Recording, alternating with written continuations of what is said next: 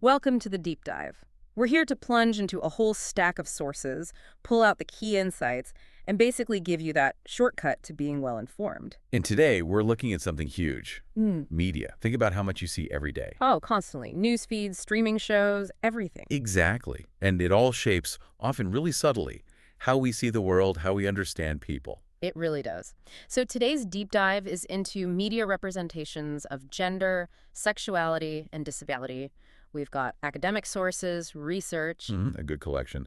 The goal is to pull out the important stuff, maybe find those aha moments for you without you having to wade through everything yourself. Right. We want to guide you through what these materials are telling us. So where do we start? Well, a really key concept, especially when we talk about women in media, is something called symbolic annihilation. Okay, symbolic annihilation. Let's unpack that. What does it mean in practice? It's basically when the media underrepresents a group, or if they are shown, they're trivialized, maybe condemned. So for women, this might mean their achievements get ignored.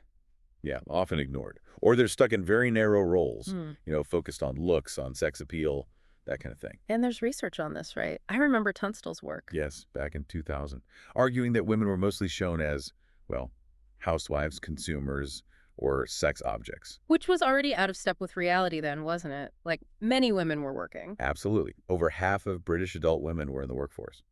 So a huge disconnect between media portrayal and, well, real life.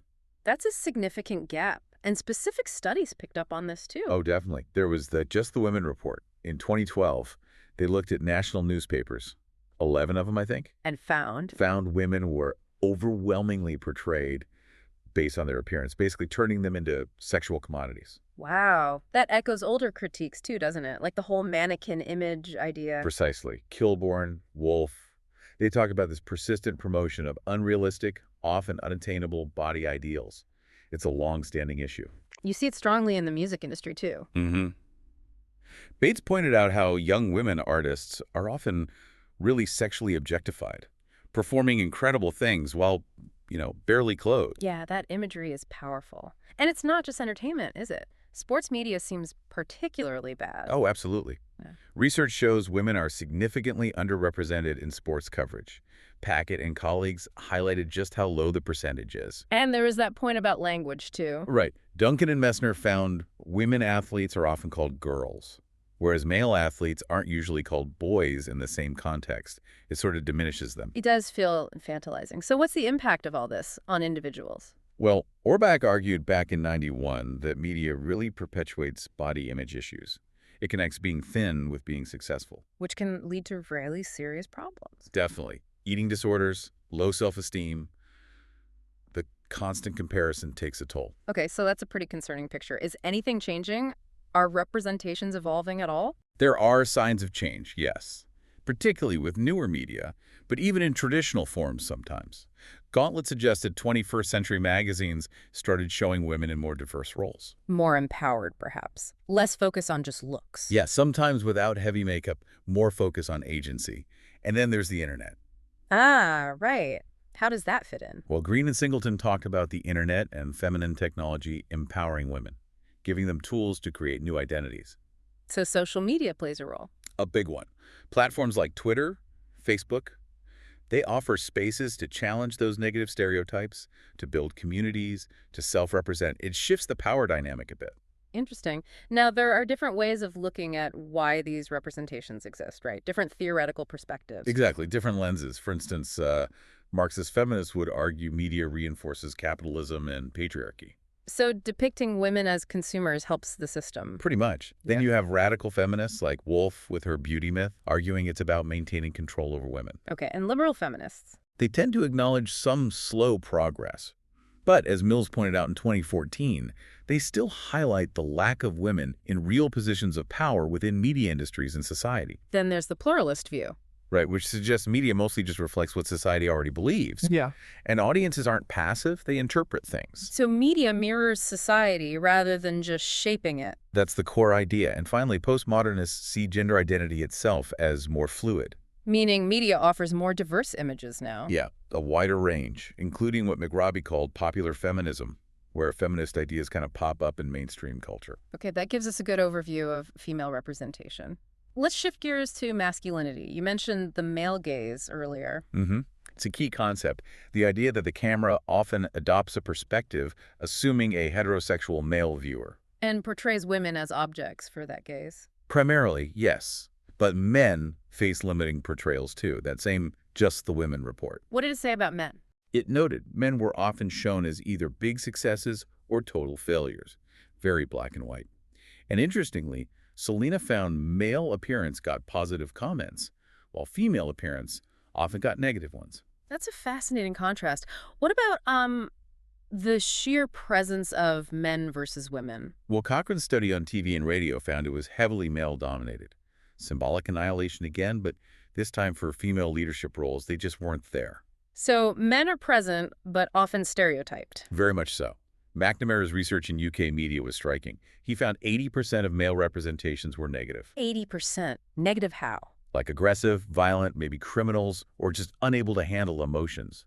The stereotypical strong, silent type often taken to a negative extreme. But haven't we seen some shifts there too, like the whole metrosexual idea? Absolutely. Gauntlet discussed the metrosexual male, men interested in grooming, fashion, perhaps more emotionally open. That emerged as a counterpoint. So what are the dominant male stereotypes that still persist, would you say? You still see the violent guy, the leader or problem solver, the funny one, the confident, successful, athletic type, and rarely showing vulnerability. That's still very common. But there's maybe more room for vulnerability now. Yes, there's definitely a trend towards exploring more emotional or vulnerable masculinities in some media. But often, the dominant, what sociologists call hegemonic masculinity, that traditional ideal, is still reinforced alongside it. Okay. Now let's move into representations of sexuality, focusing on LGBT individuals. What's the historical picture here? Historically, not great. Batchelor and others found LGBT individuals were either underrepresented or portrayed negatively. How so? Like what kinds of negative portrayals? Often shown as anxious or maybe targets of abuse, sometimes stereotyped as deviant or overly effeminate. It links back to what Dyer said, What was that? that a major fact about being gay is that it doesn't show. So media relies on stereotypes, on signifiers, because actual identity isn't always visible. And Craig identified some common media signifiers. Yes, three main ones back in '92. First, camp. Bitches. Effeminate, theatrical, often played for laughs, not taken seriously. Then macho. Okay, the opposite. Kind of. Exaggerated masculinity, hypersexualized, sometimes linked to danger or crime. And the third was deviant. Deviant meaning? Stereotyped as evil, perhaps predatory or sexually compulsive. Really damaging stuff. Wow. So very limited, very negative boxes. Exactly. And LGBT groups like Stonewall confirmed this symbolic annihilation, pointing out how unrealistic portrayals were. One stat found 84% of gay men in media were shown as undecided or rejected. It just highlights the negativity. But like with gender, there's been progress here too. Definitely. GLAAD's research in 2015 showed a noticeable increase in diverse LGBT characters in U.S. TV. Crucially, characters not solely defined by their sexuality. That feels like a key shift. It is. And we're seeing more transgender characters, too. There was the first UK trans actor in a main comedy role, for example. Breakthroughs are happening. What's driving some of this change? Well, partly economics, the recognition of the pink economy. The spending power of the LGBT community.